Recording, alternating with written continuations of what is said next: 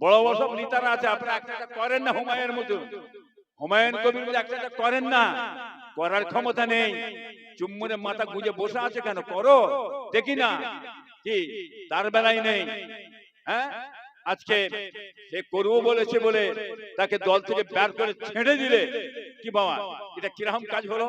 দ্বিচারিতা করা হলো না? গাদ্দারি করা হলো না? কাজ কর্ম বেগিয়ে নিয়ে, খেয়ে নিয়ে, লুটে নিয়ে, কাজ গুছিয়ে নিয়ে আর ডেকে এসে বুকে লাঠি মেরে ফেলে দেওয়া হলো না? পুরি মসজিদ আছে তো, কি হলো বুঝতে পারছি?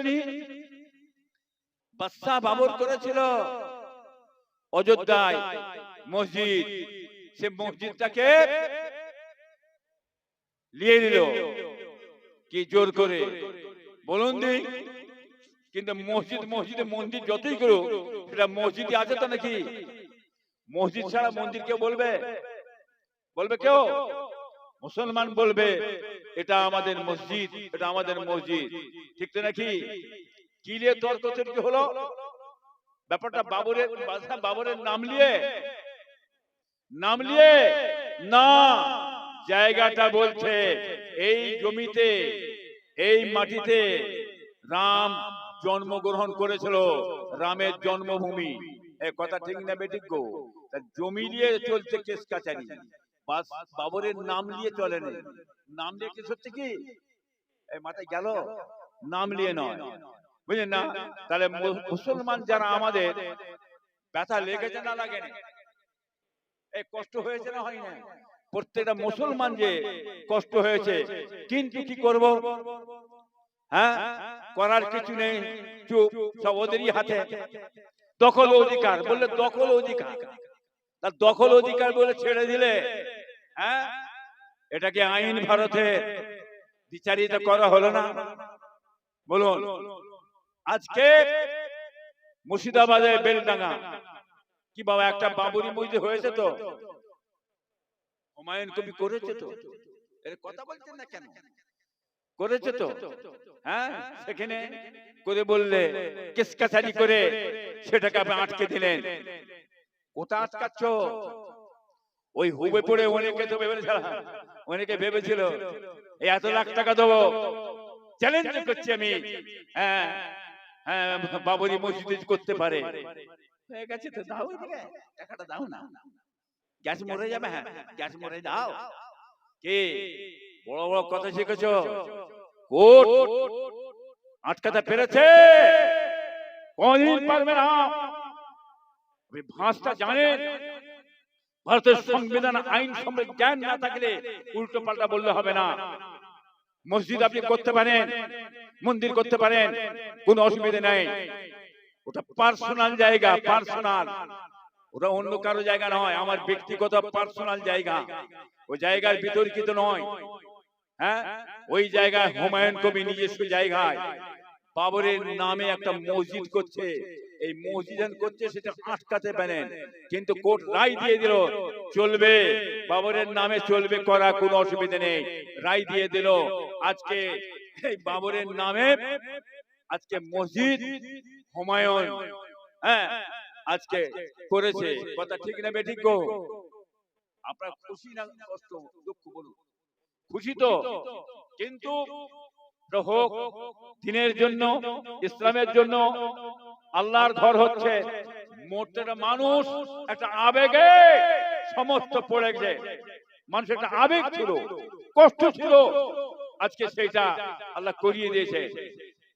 ওখানে যদি কোনো রাজনীতি পলিটিক্স না থাকে কোনো অসুবিধা নেই, কি আছে না আছে তিনারা জানেন, কত আমাদের দেখার দরকার নেই। মসজিদ করছে আল্লাহর রাস্তে, হ্যাঁ, সেইটার উপরে আমরা দেখব। যখন উল্টো পাল্টা বক্তব্য শুনবো, রাজনীতির পলিটিক্স থাকবে, তখন তার কথা। এই কথা ঠিক না বেঠিক বলুন বাবাজিরা? এখন তো বলতে পারবো না, কি বুঝলেন না? হুমায়ুন বলেছে আমি রিজাইন দেব, কবে রিজাইন দেয় সেটা দেখবার আছে না নেই? বলুন কথাটা, সেটা দেখবেন না দেখবেন না? সেটা আমরা দেখবো। উনি বলেছেন আমি তৃণমূল পার্টি থেকে রিজাইন দেবো, এইটা দেখ বাংলার অনেক মানুষ চেয়ে বসে আছে, উনি রিজাইন দেবে কি না দেবে পরে বোঝা যাবে। কথা ঠিক না বেঠু? বুঝলেন না? খালি হুড়োহুড়ি করলে হবে না, লাফালাফি দাবালাফি করলে হবে না। মসজিদ আল্লাহর ঘর, কি বুঝলেন? ওটা দিতে হবে, লক্ষ্য রাখতে হবে, আমাদের সকলকেই লক্ষ্য রাখতে হবে বাবাজিরা। হ্যাঁ, ওই বহু টাকার ব্যাপার আছে, কি বুঝলেন? 100 কোটি 200 কোটি ব্যাপার নাই, কি বুঝলেন? 400 কোটি থেকে 500 কোটি ছাপাবে কি বলতে পারছি না আমি, কেন 3টে প্রজেক্ট করে বলেছে। একটা বাবরি মসজিদ, একটা বড় হসপিটাল, একটা কলেজ, কি বাবা তাই তো নাকি? হোক না।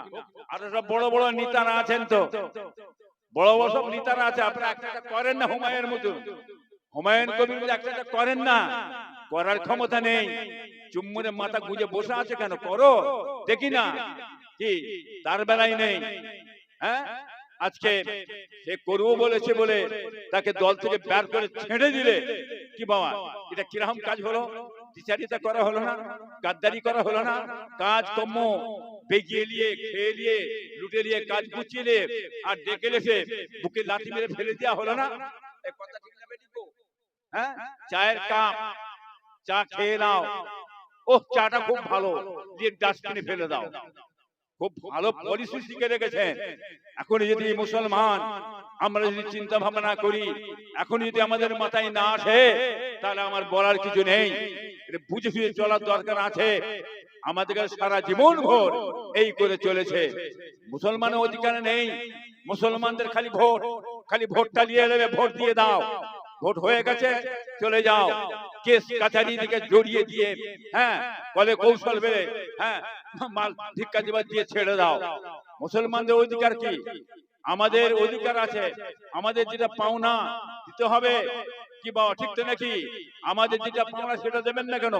সারা জীবন ভোর ওই বাবা পঞ্চায়েতে বাবাজিরা প্রধান হয়ে থাকো, হ্যাঁ ওই কাজগুলো করো। আমাদের রাষ্ট্রপতি, স্বরাষ্ট্রমন্ত্রী, উপমুখ্যমন্ত্রী মুসলমানদের কই? ওসব হবে না, ওগুলো দেওয়া হবে না, ওগুলো দেবো আমরা, কি বুঝলে? আজ চাকরি কর্ম শিল্প সব চলে গেছে, চাকরি আর পেতে হবে না বাবা। হ্যাঁ, চাকরির দরকার নেই, আমাদের চাকরি 2% বামপন্থীরা দিয়েছিল, সেটাও নেই এখন। চাকরির দরকার নেই, মুসলমানদের চাকরির দরকার নেই। আপনাদের চাকরি কই? হিন্দু ভাইদের চাকরি কই? আপনারা এত কষ্ট করে বিজেপিকে নিয়ে এলেন চাকরির লোভে, আপনাদের চাকরিটা কি হলো? আপনারা পাননি কেন বলুন না? হ্যাঁ, ছেড়ে দিয়েছে একেবারে, তো বুঝতে পারছেন তো? চান অতএব তছনছ করে দিয়েছে, অতএব হবে না বাবা। হ্যাঁ, কথা হচ্ছে খুব বুঝে শুয়ে চলবে, মুসলমান মাথা ঠান্ডা করে চলবে, বুঝে চলবে, হিসাব করে চলবেন আপনারা বাবাজিরা। সময় বেশি নেই বাবা, হ্যাঁ রাত হয়ে যাচ্ছে, 12টা বোধহয় পার হয়ে গেছে, সিগন্যাল এসে গেছে, বুঝতে পারছেন না? সিগন্যাল বুঝতে না, সিগন্যাল এসে গেছে, 12টা বেজে গেছে। আল্লাহুম্মা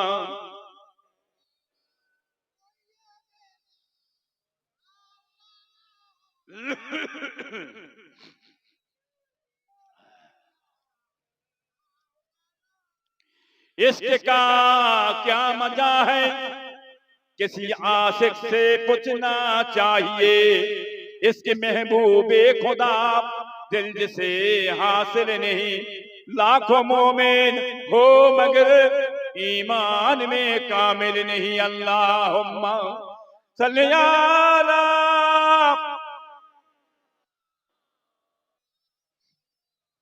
वाला आले सैयदना।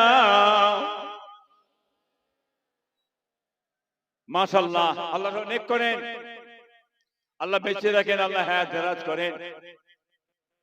ফুরফা দরবার শরীফ যাবেন আমার বাড়িতে, এরা আপনারা গেছেন তো? হ্যাঁ সব গেছেন বাবা, এই সব আপনাদের সব, হ্যাঁ গ্রামে সেই সব ছেলেরা অনেক আছে, আমার দরবার সব খেদমত করে, কি বুঝলেন? পয়লা ঘেরান সব যে, হ্যাঁ ফুরফাসে আদি, হ্যাঁ প্রতিষ্ঠাতা ফুরফুরার বিজয়বীর মনসুর বগদাদি সিদ্দিকী আল কুরাইশি সাহেব, সব আপনার গ্রাম সব ছেলেরা যায়, যে খেদমত করে, মেহমানদারি করে, হাজার হাজার মানুষ আছে, মেয়ে ছেলে বেড়া ছেলে, কি মানে হাজার হাজার আছে। তাদের জন্য 4 তলা বিল্ডিং করছি বাবা, মেয়েদের সঙ্গে বসে, হ্যাঁ যাতে পড়াশোনার অসুবিধা না হয়, হ্যাঁ মাশাআল্লাহ যান, একটু সেবামূলক কাজ কাম করি বাবা, সকলে আপনারা যাবেন, লক্ষ্য রাখবেন।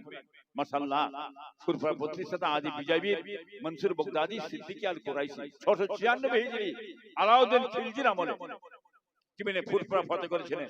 আমার প্রথমকারের দাদা ভারতবর্ষে পদার্পণ করেছিলেন জনাব পীর আল্লামা রুস্তম খুরাসানী রহমাতুল্লাহ আলাইহি, তেনার ছেলে হ্যাঁ পীর আল্লামা জিয়াউদ্দিন জাহেদ রহমাতুল্লাহ আলাইহি, তেনার ছেলেকে সৈয়দ মনসুর বগদাদি সিদ্দিকী আল কুরাইশি যিনি ফুরফুরা ফতেহ করেছিলেন, তেনার ওসিলাতে আজ ফুরফুরা শরীফ নাম হলো ফুরফুরা শরীফ।